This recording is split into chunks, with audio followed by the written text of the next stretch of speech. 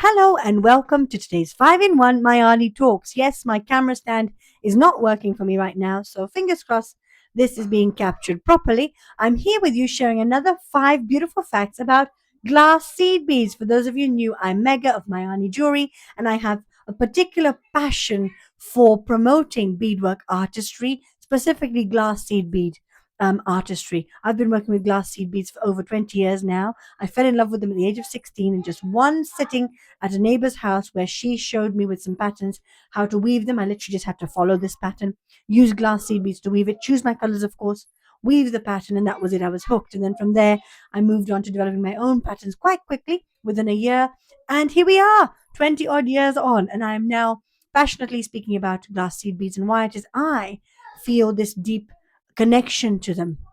And I've never been very consciously aware of why that is. But as I study more and explore more into the world of glass seed beads, their origins, how we are connected to them, not just myself being of Indian descent and origin, but actually across the globe, how we are all connected through glass seed beads, it brings a beautiful sense of awareness to me of why it is I have this affinity with glass seed beads and why I love working with them so much. So I've already covered Africa and how the glass seed beads entered into Africa, and they were incorporated within the already local, existing, and ancient beadworking traditions of the communities within Africa.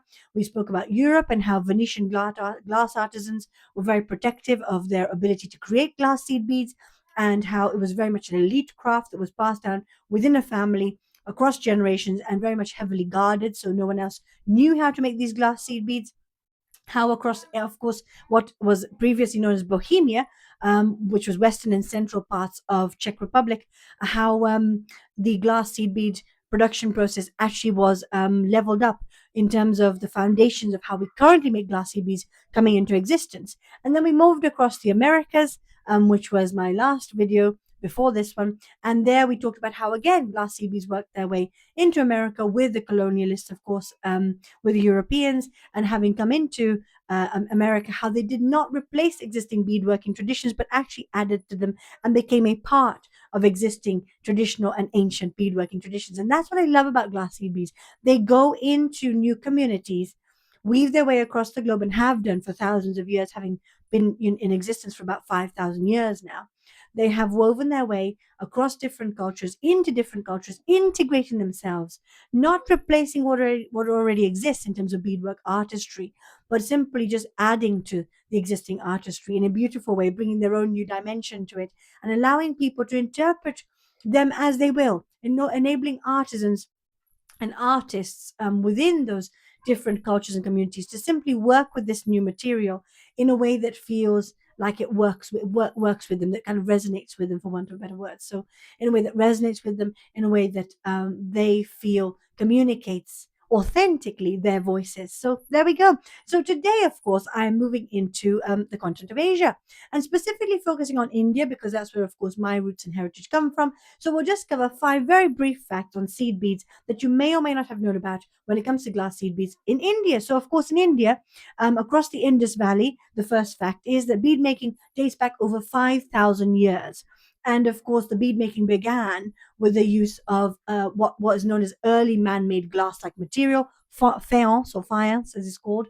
And that was the earliest form of glass like material we developed. And then, of course, India then developed it. We'll come into that fact into what we now know as glass beads today. But in fact, number one, of course, it dates back over 5,000 years. And the Harappans in particular were an ancient civilization in the Indus Valley who perfected the process, and they were pioneers in the process of drilling, shaping, and polishing semi-precious stones, as well as glass-like materials, which I just spoke about, into beads that could then be used for all sorts of adornment, not just jewelry specifically. Fact number two, of course, as I mentioned, India independently, and that's important to acknowledge because in different parts of the world, independently beading technologies were being evolved. So in India, independently, beading technology developed from the early sort of glass-like material which humans used to create beads, faience or faience, I think it's faience. I believe it's a French word, but faience. And then, of course, into the vibrant seed beads that we now know of today. And that was a technological advancement and development that India independently made. And of course, we still find these vibrant glass seed beads in production in parts of India like Purdal Nagar and also Varanasi today. So it's still very prevalent as a material that is produced within India and used for adornment purposes. You're probably most familiar in more modern times with seeing it in bags, beadwork across bags, outfits, shoes. Less so when it comes to jewelry because you see there's still a stigma attached to beadwork in jewelry because of this idea that developed in the Industrial Revolution, that gold and silver and use of a lot of precious stones and semi-precious stones was the epitome of luxury jewelry.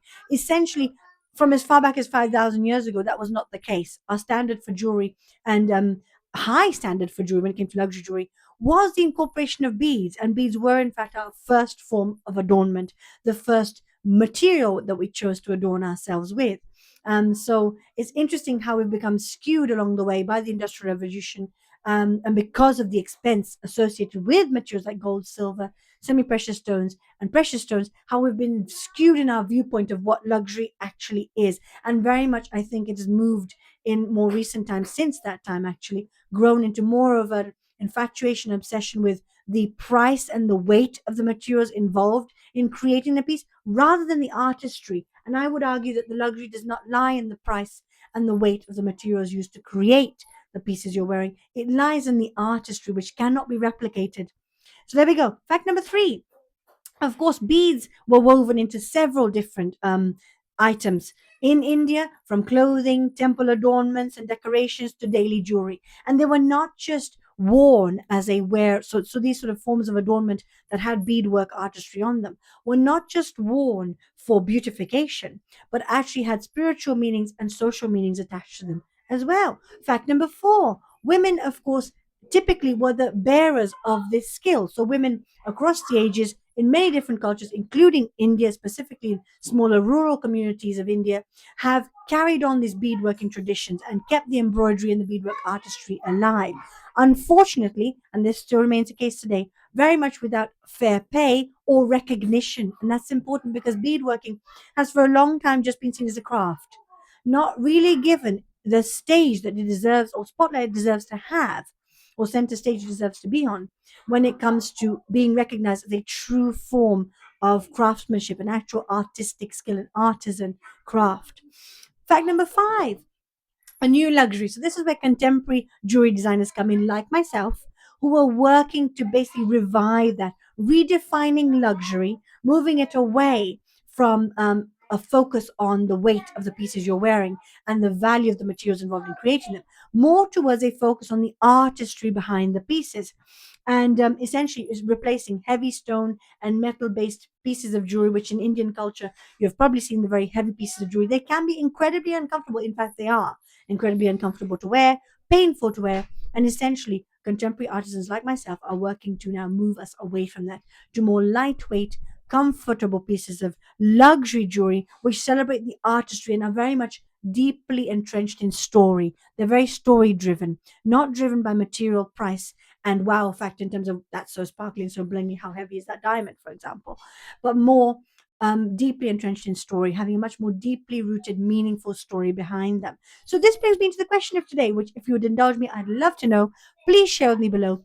What if the future of luxury jewelry, not just Indian luxury jewelry, what if the future of luxury jewelry actually lies not in increasing the weight of the pieces you wear, but in actually lifting the weight of history with every stitch and every bead? I'd love to welcome your thoughts. Of course, if there are any facts you particularly enjoyed from today, please feel free to share them. Remember, I produce one of these videos every single week, so if you'd like to be kept up to date of when the next one's out, hit that notification bell. And if you have enjoyed the content and enjoy learning along with me and going on this journey of exploration with me into the world of beautiful glass seed beads, then please do subscribe as well. Thank you for joining me today, because your jewelry should always be more than just an afterthought, and I will be back again soon. Bye for now.